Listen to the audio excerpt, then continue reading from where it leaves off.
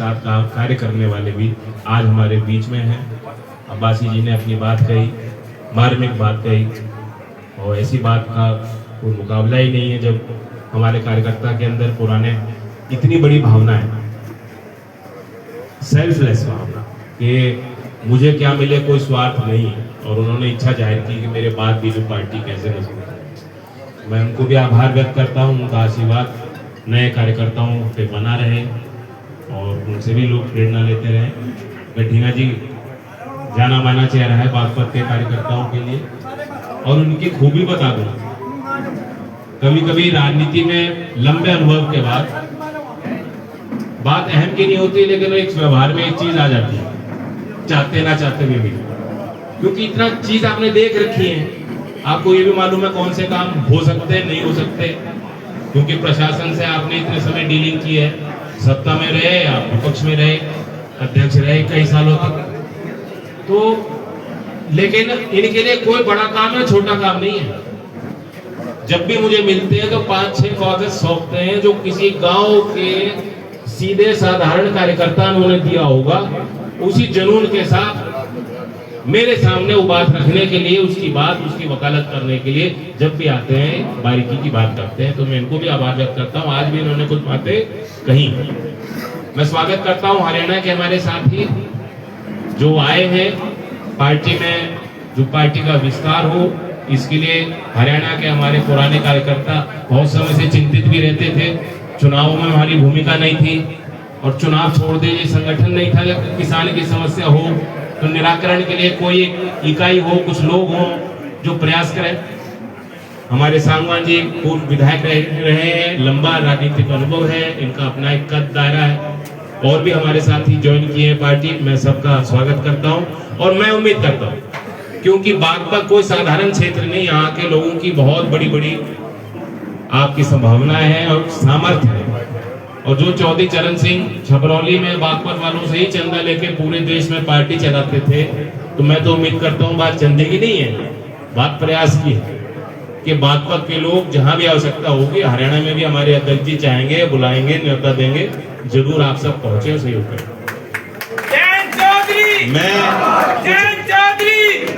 कुछ सुझाव भी आए हैं। बढ़ौत के संबंध में बात कही विधायक जी ने, मैं जानकारी दे देना चाहता हूं कि बढ़ौत में भी जिस तरह से छपरौली में भर्ती का एक विशेष केंद्र और प्रशिक्षण की एक शुरुआत की गई, बढ़ौत में भी जनता वैद्य कॉलेज में उसी की व्यवस्था को चलाया जा रहा है। चौधरी अजीत सिंह जी ने वहां जिस स्टेडियम का निर्माण कराया करोड़ों रुपए की लागत से, उसका भी हमने निरीक्षण कराया, उसमें भी कुछ सुधार करने की जरूरत है।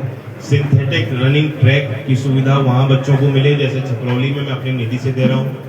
और आने वाले सप्ताह के अंदर कई बार कार्यक्रम लगा और स्थगित करना पड़ा, कुछ ऐसी परिस्थिति आई बागपत और ठेकड़ा में, जो मैंने एक निधि से काम कराया है। बागपत स्टेडियम में लगभग 40-45 लाख रुपए HDFC बैंक ने अपने CSR फंड से लगा के दिए, और बागपत स्टेडियम का क्या हाल था वो आपसे छुपा नहीं है। एक दिन मैं जा रहा था, अध्यक्ष जी ने कहा ये भी देखो जी, ये स्टेडियम है, और स्टेडियम में इतनी हाथी से ऊंची घास लगी पड़ी थी, किसी ने देखभाल ही नहीं करी उसकी। तो कुछ एक कोशिश हो रही है, और उसको सिर्फ स्टेडियम का नव निर्माण की जरूरत ना हो, एक संस्था के रूप में बच्चों के लिए उपलब्ध हो। तो हम देश में जो राष्ट्रीय खेल मंत्रालय है उनके अंतर्गत साई सेंटर होते हैं। अभी प्रदेश में सिर्फ लखनऊ में ऐसी कोई इकाई है, और पश्चिमी उत्तर प्रदेश में खिलाड़ी हैं जिनमें बहुत जुनून है और कोशिश भी करते हैं, लेकिन मजबूरी में फिर वो हरियाणा जाके खेल रहे हैं क्योंकि कोई सुविधा उनको नहीं है। तो हम ये भी प्रयास कर रहे हैं कि पश्चिमी उत्तर प्रदेश में साई सेंटर का निर्माण हो जाएगा, तो वहां आधुनिक कोच, प्रशिक्षण, सब चीजें शुरुआत हो जाएगी। कौशल विकास के लिए भी सुझाव आया कि हमें कार्यशाला रखनी चाहिए। मैं भी इस बात को महसूस करता हूँ, मुझे भी बहुत वक्त लगा समझने में चीजों को, लेकिन जो हमारे नौजवान कार्यकर्ता हैं, क्योंकि ये युवा की बड़ी जिम्मेदारी है, कार्यशाला हम लोग रखेंगे और मंत्रालय के चुनिंदा अधिकारियों को बुला करके मैं कहूंगा कि जो सारी योजनाएं हैं पूरा खाका हमारे नौजवान कार्यकर्ताओं के सामने वो रखें, ताकि वो भी जनता का सहयोग कर पाए। ज्यादा से ज्यादा योजनाओं का लाभ हमारे क्षेत्र में, हमारे जहाँ जनप्रतिनिधि हैं या नहीं हो, ये क्षेत्र हमारा चौधरी चरण सिंह की कर्मभूमि, चौधरी अजीत सिंह की कर्मभूमि है, और हमारी जवाबदेही अपने लोगों के प्रति, और वो हमेशा ही सजग रहे। अब अब्बासी जी ने जो बात कही वो भी एक बात सही है कि बात है रोजगार की, कहाँ नए रोजगार कैसे संभव हो। खेती से जो नई पीढ़ी आ रही है वो अलग हट रही है और इतनी संभावना भी नहीं, जमीन छोटी छोटी है, क्या कर लेंगे उसमें। तो नए रोजगार उनके लिए खड़े हों, उसके लिए उनको भी अपने अंदर वो सामर्थ्य तैयार करना होगा, देखना होगा। जो कौशल विकास के छोटे छोटे कोर्स उपलब्ध हैं उनके लिए उनको उसको भी सीखना होगा। और एक नया कार्यक्रम मैं अब चालू करने जा रहा हूँ।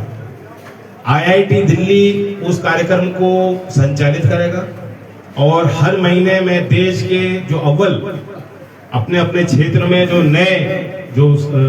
नए विचारों को लेके जिन्होंने अपना नया काम स्थापित किया है, उस तरह के जो एंटरप्रेन्योर हैं, जो स्टार्टअप हैं, उन वेंचर्स के लोगों को, प्रमुख लोगों के साथ मैं बैठक करके और उसका संचार पूरे देश में करेंगे, दुनिया में करेंगे, ताकि और नौजवान उससे सीख सकें। और हर 3 महीने में जनता वैदिक कॉलेज में बागपत में एक मेले के तौर पर, जिनको मैंने 3 महीने में हर कार्यक्रम में बुलाया है, निमंत्रण दिया, उन सबको मैं निमंत्रण दूंगा कि वो वहां भी बागपत में भी आए, किसानों के बीच, शिक्षकों के बीच, छात्रों के बीच, और वहां प्रदर्शनी के तौर पे अपनी बात दिखाएं कि हमने ऐसे ऐसे अपना प्रोडक्ट बनाया। उनको भी रुचि रहेगी कि लैब से लेके वो खेत तक अपने आइडिया को ले जा रहे हैं, उनको फंडिंग भी मिल रही है, वो पैसा भी कमा रहे हैं और उनकी इच्छा भी है समाज को वापस देने की। तो वहां से नवाचार के नाम से एक नई योजना में चला रहा हूं, उसकी शुरुआत भी बागपत से ही होगी, ये समझो। और हर 3 महीने में कार्यक्रम होगा। तो बागपत एक सेंटर बन जाएगा, समय के साथ एक हब बन जाएगा, लोगों के अंदर क्रिएटिविटी जागेगी, लोगों को मालूम होगा कि कोई नई चीज हो रही है तो बागपत में। इस भावना से इसका हमने शुरुआत की।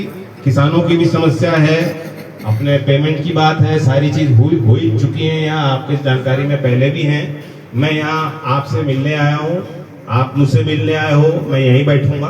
कई अपनी व्यक्तिगत समस्या लेके भी आए हैं, मैं उनकी भी एप्लीकेशन लूंगा और मैं आग्रह करता हूं कि जो चाय पानी की व्यवस्था वो भी आप सुचारू करें।